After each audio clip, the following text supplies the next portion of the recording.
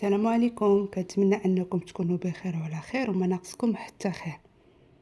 القضيه ديال اليوم فيها بزاف ديال الاشاعات والاعترافات اللي ممكن تكون حقيقيه او كذوب، لانه القضيه باقا لدابا في يد المحكمه وباقي ما تنطقش الحكم ديالها، وغادي نعرفوا النطق ديالها في الجلسه الجايه. اللي في الصوره الاسم ديالو اسامه توفيق صابور، من مواليد سنه 1993 في محافظه الشرقيه في مركز هيها، واللي معروف عندهم في المركز انه من عائله ظريفين وما عندهم حتى شي مشكل مع شي حد، وغير انهم كانوا ماديا الحمد لله.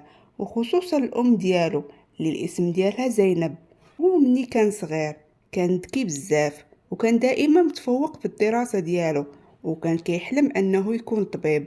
وفي الفعل مني كمل الدراسه ديالو قدر يوصل للحلم ديالو، لانه جاب مجموع قدر انه يدخله لجامعة الازهر وتخصص في قسم العظام، وبقى حتى تخرج بمعدل عالي في الجامعة.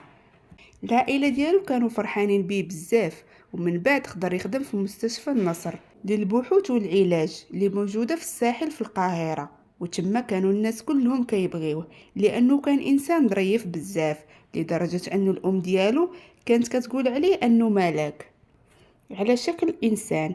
لأنه أسامة كانت حياته بسيطة، كان كيمشي الخدمة ديالو ومني كيسالي كيرجع للدار، لأنه الأحلام ديالو كانت كبيرة وكان كيخدم على راسو ويكون أحسن.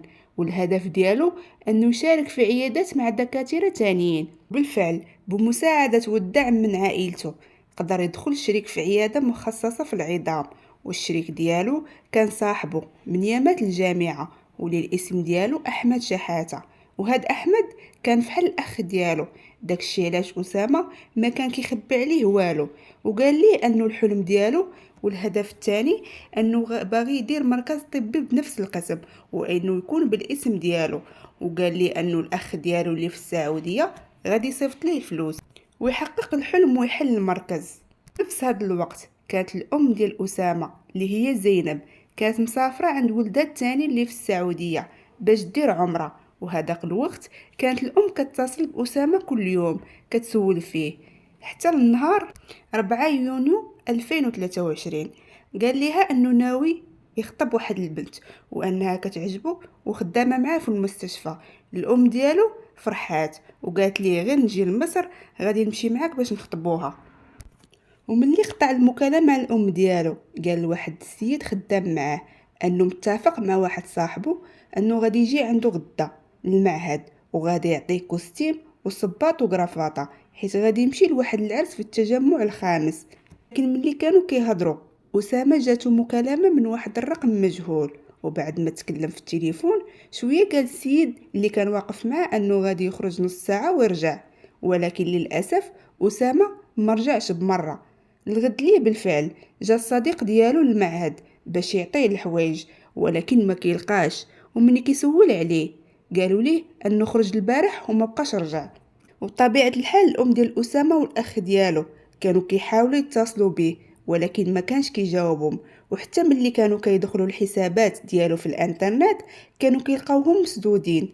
غير هاد الشيء حتى حد من عائلته ما كان عارف عليه شي حاجه. الام هنا خافت على ولدها وقالت فين يكون مشى، واش وقعت ليه شي مشكل ويقدر يكون تشد ولا دار شي كسيده. كانت مسكينه كتقلب على اي معلومه توصلها لولدها، وقررت تسافر لمصر وتقلب على ولدها. وغير دخلت لمصر بيومين اتصلوا بها البوليس ومشاو عندها باش يعرفوا معلومات بخصوص اختفاء ولدها، وقالت لهم كل شي داكشي اللي كتعرف. هنا البوليس خداو البيسي الخاص بأسامة وقلبوه ودخلوا البيت ديالو يقلبوا على الله يلقاو شي معلومات ممكن تقدر تفيدهم. ومني سالاو مشاو باش يكملوا التحقيقات في هذا الموضوع. ولكن بعد 10 ساعات أسامة جاتها مكالمة وكيقولوا ليها تجي المشرحة تاخد الجثة ديال ولدها. أنا عندي الآن في حالة ذهول ومش قادرة أتصور إني ابني راح من إيدي. عندي الآن ماني بكلمك، أنا في حالة ذهول. يعني مش قادرة أصدق إن ابني مش عاد هيخش عليا ومات، مش قادرة أصدق وفاة، مش قادرة أصدق. ليه؟ لأن الولد ده كان عملة نادرة.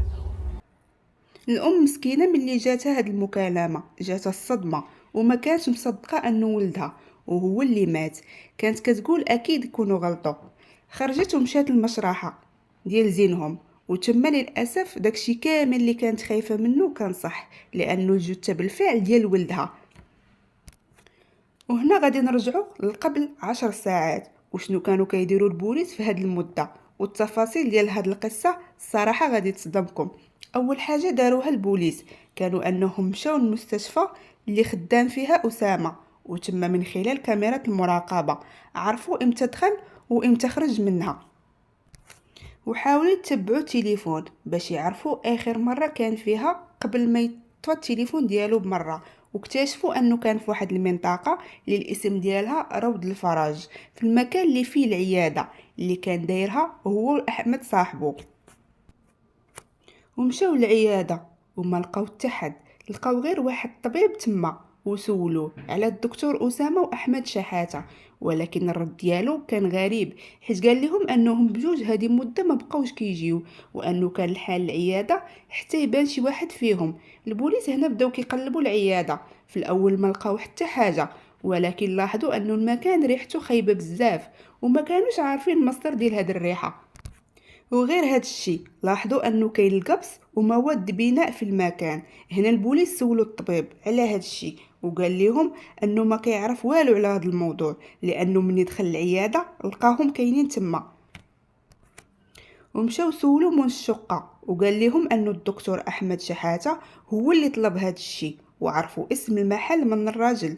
ومشاو المحل للاسم ديالو حداد الشريف، وعرفوا من الراجل انه احمد ملي شرا هاد الشي ما كانش بوحدو، وانه كان معاه ثاني، وانهم شراو هاد الشي من شهور، غير ماشي غير دابا. هنا البوليس رجعوا للعياده وبقاو كيقلبوا على اي حاجه اللي تقدر تحل هاد الجريمه، حتى جات عينيهم على واحد البلاصه كان الجليج مختلف على الزليج الثاني، واللي خلاه الشك اكثر انه الزليج كان فوق منه زربيه صغيره، بمعنى انها محطوطه باش تخبي شي حاجه، وانه كاين شي سر تما. ومن حيلوا الزليج وحفروا لقاو الجثه ديال احمد، لكن باين عليها انها مدفونه مده كبيره تما، وخداوه وداوه للطب الشرعي باش يعرفوا سبب الوفاه.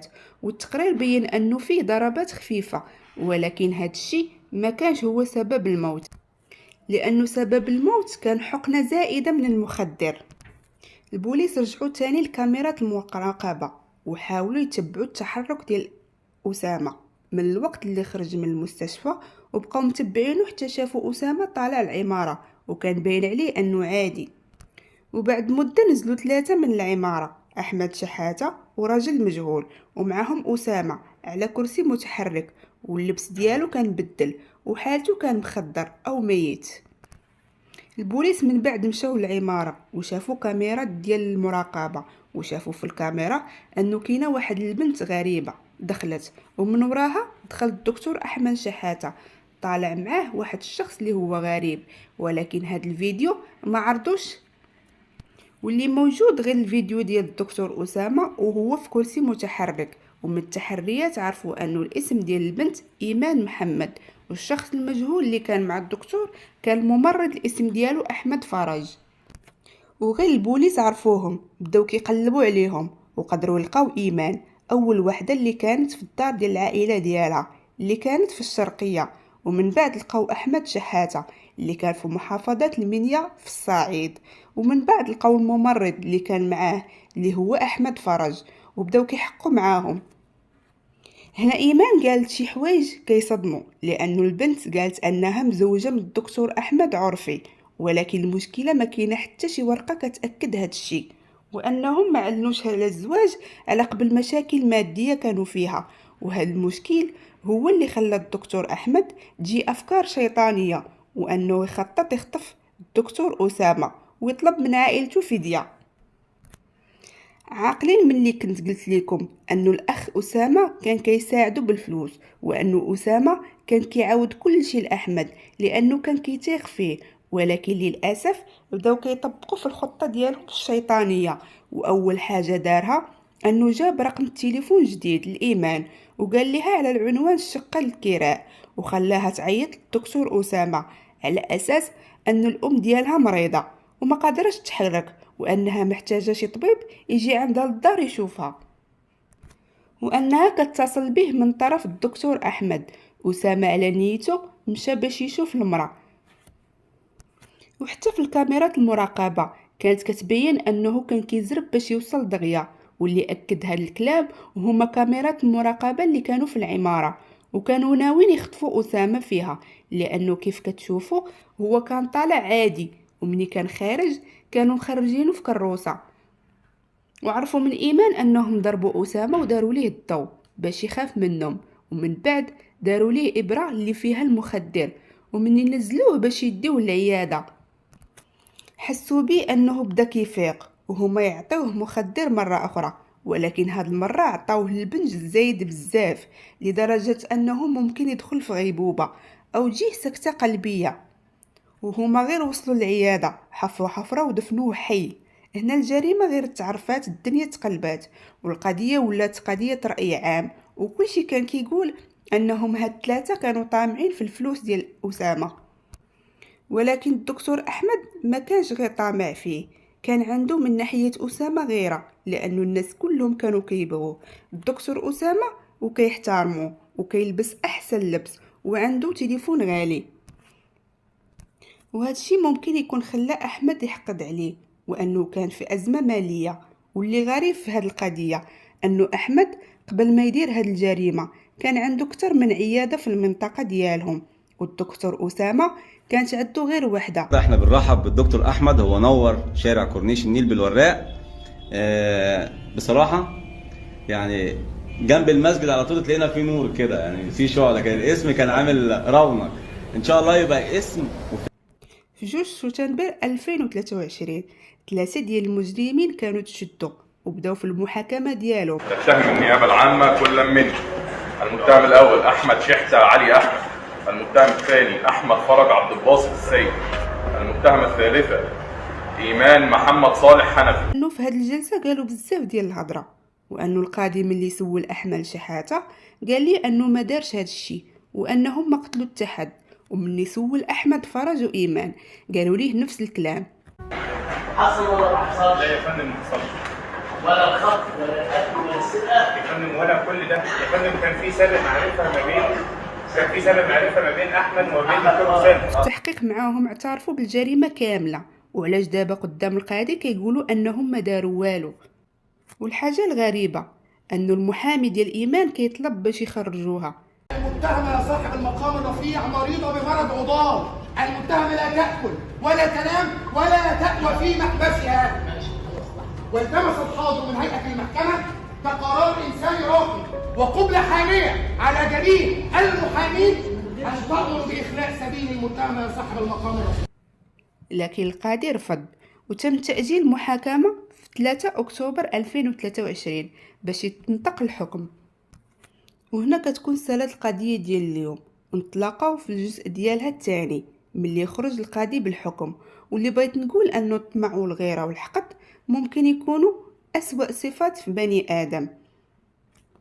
وهنا كنقول لكم بسلام عليكم، وما تنساوش تدعمونا بلايك واشتراك في القناة باش يوصلكم كل جديد.